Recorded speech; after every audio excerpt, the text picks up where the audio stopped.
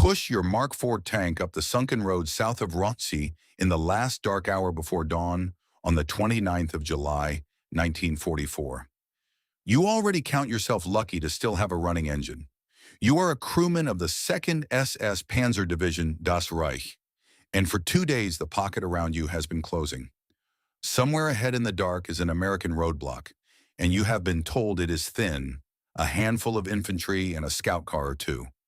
However, the men in front of that roadblock are not infantry. They are gunners, and their guns rolled up to this front on tracks at the speed of the tanks they were sent to protect. By the end of that summer, the soldiers of your army had settled on a plain verdict about American artillery, and they wrote it into their interrogation files in their war diary. This is the machine that put a face on that verdict. It is called the Priest, and this is the story of the American gun that kept pace with the armor and what German crews reported after they met it. The honest part comes first here because the record deserves it. The surviving German documents never name the Priest by name.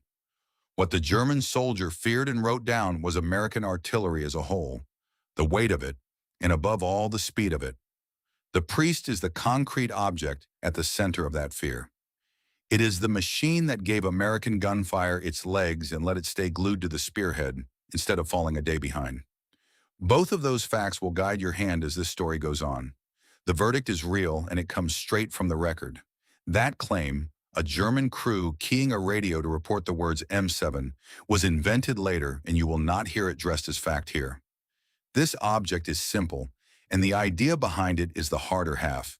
The full name was the 105mm howitzer motor carriage M7. Strip away the paperwork, and it was a field howitzer, the standard divisional gun, bolted onto the chassis of an American medium tank and driven out into the open. On the right front of the fighting compartment sat a ring mount for a .50 caliber machine gun raised up in a little armored tub that looked to some soldier with a long memory of church, like a pulpit. The name Priest stuck to it from there. The British 8th Army was first to take it into battle at the Second Battle of El Alamein in October 1942. And it was British crews who looked at that raised mount and gave it the name. Early vehicles were built on the tall, riveted hull of the M3 medium tank the American Army was already replacing, and later production moved on to the Sherman's hull.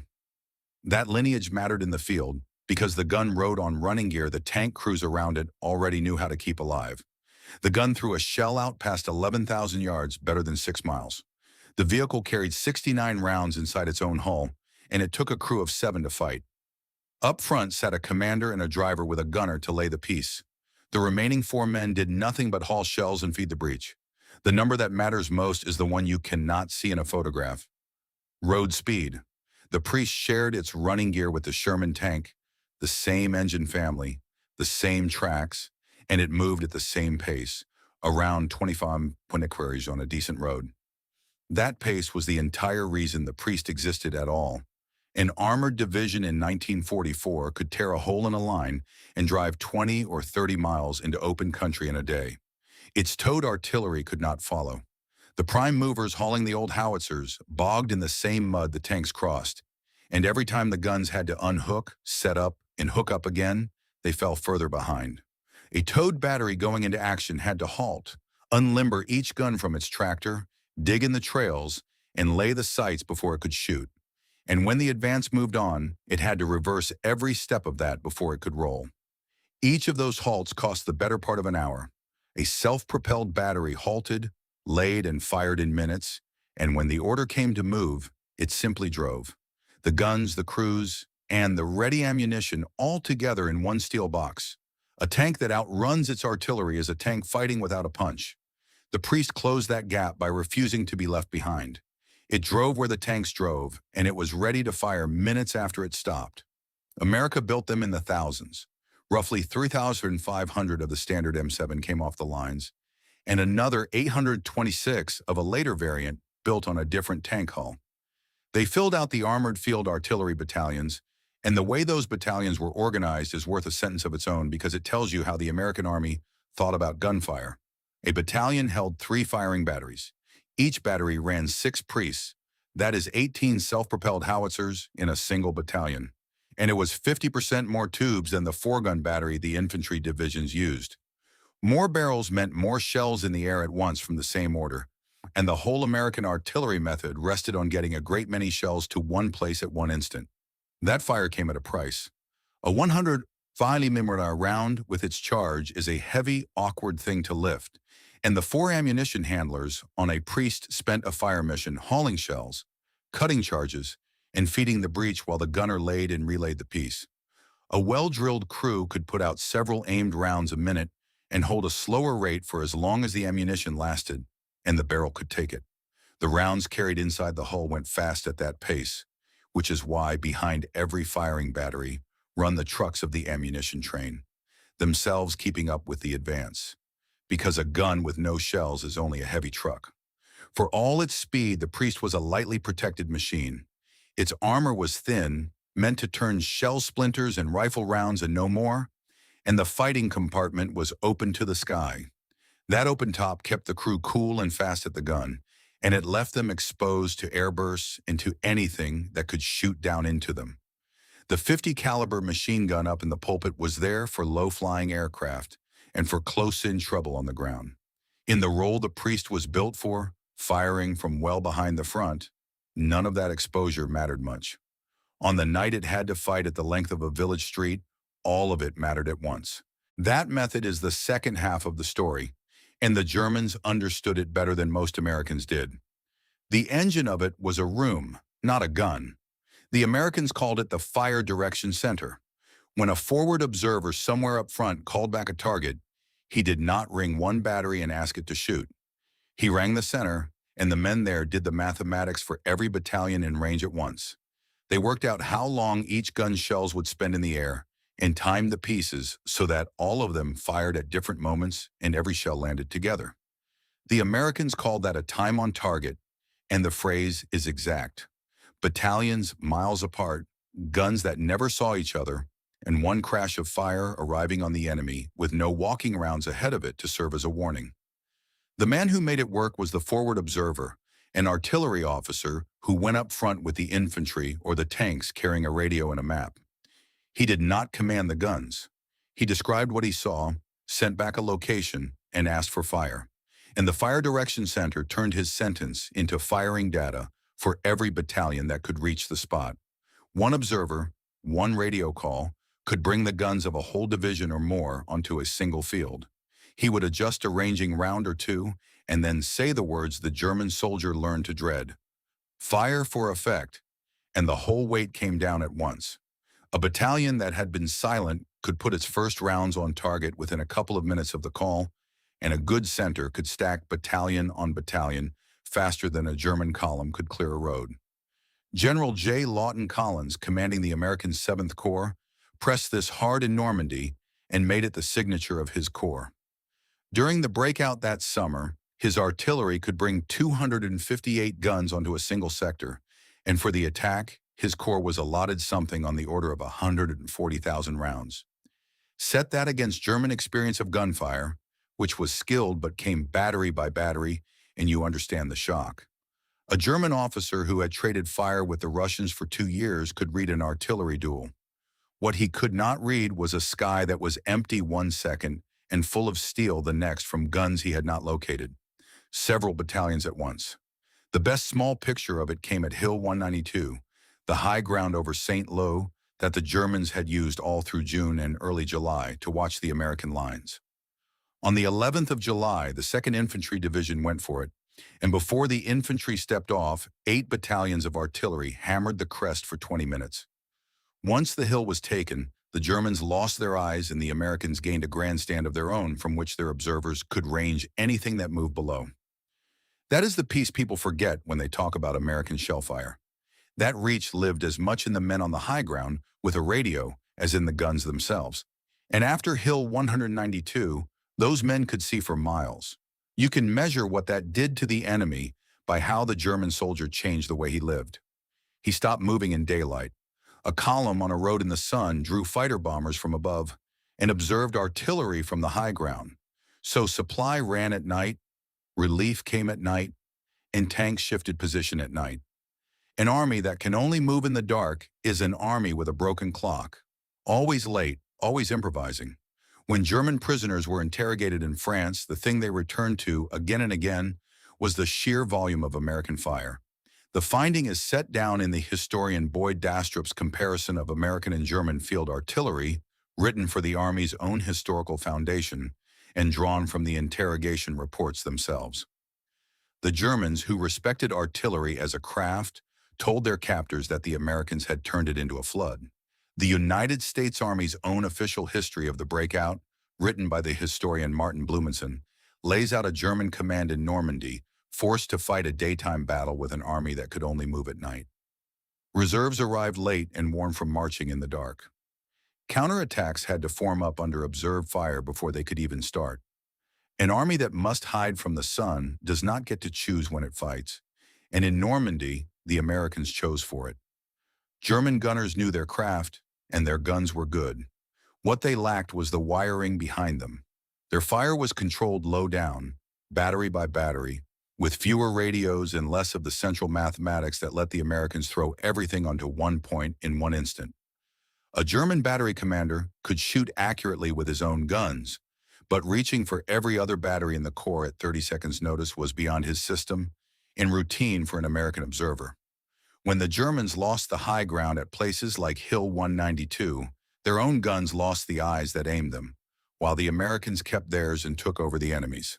The gap lived in the wiring, and the wiring is the hardest thing on a battlefield to copy in a hurry.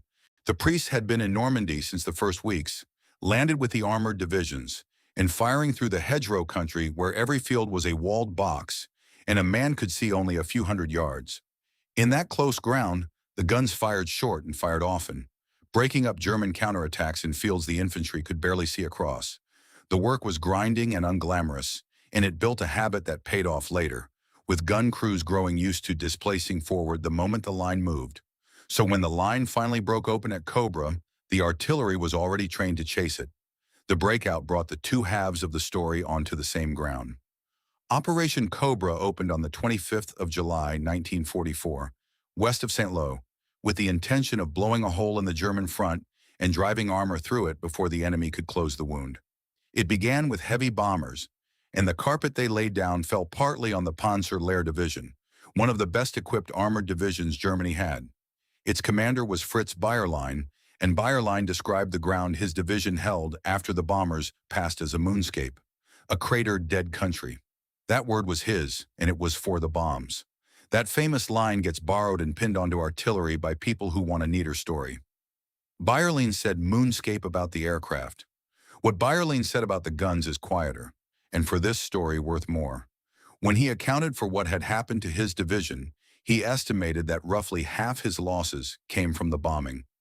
Nearly a third from artillery, and the rest from everything else. Nearly a third. That is a German general commanding an elite armored division, crediting American field guns with almost as many of his losses as the entire strategic bomber effort that made headlines around the world. The artillery did not get the newsreel, it got the number in the report. Once the hole was open, the American armor poured south, and this time the guns went with it. The 2nd Armored Division drove hard into the breach, and among its combat commands rolled the 78th Armored Field Artillery Battalion, around 520 men and 18 priests. On previous fronts, artillery like this would have watched the tanks disappear over the horizon and spent the next day trying to catch up. In Cobra, the priests were part of the horizon. They kept the pace. They crossed the same broken ground, and they were in position to fire when the tanks needed them because they had never fallen out of the column. Then came the night that shows what that mobility was actually worth, the night the gunners had to stop being gunners and become the front line themselves. By the 29th of July, the German forces west of the breakthrough were caught in what became known as the Ronsi Pocket. Thousands of men and vehicles pressed into a shrinking bag of hedgerow country with the Americans tightening around them. The roads inside the bag filled with tanks, half-tracks, guns, and trucks jammed nose to tail. And one of the crossroads where they tried to funnel out earned a grim name in the American account. The Death Crossroads, and for the wreckage that gathered there. Men who wanted only to get south were forced onto a handful of narrow lanes, and every one of those lanes ran into an American gun. The 2nd Armored Division threw roadblocks across the escape roads to seal it, and one of those blocks sat near the village of Saint Denis at a crossroads by a hamlet called La Chapelle de Pontflabar. Holding it that night, alongside the infantry and a scattering of armor, were the men and the priests of the 78th. A self-propelled howitzer is built to shoot at things it cannot see, over hills and beyond woods, guided by a voice on the radio. It is not built to fight tanks at the length of a village street. On that night, it had no choice. Elements of Das Reich, the same SS Panzer Division whose crewmen we started with, came down the road in the dark trying to punch through the block and out of the pocket. A reconnaissance officer of the 67th Armored Regiment, Lieutenant Veenstra, sent word back that he was being forced off his outpost and that the enemy was coming in full force.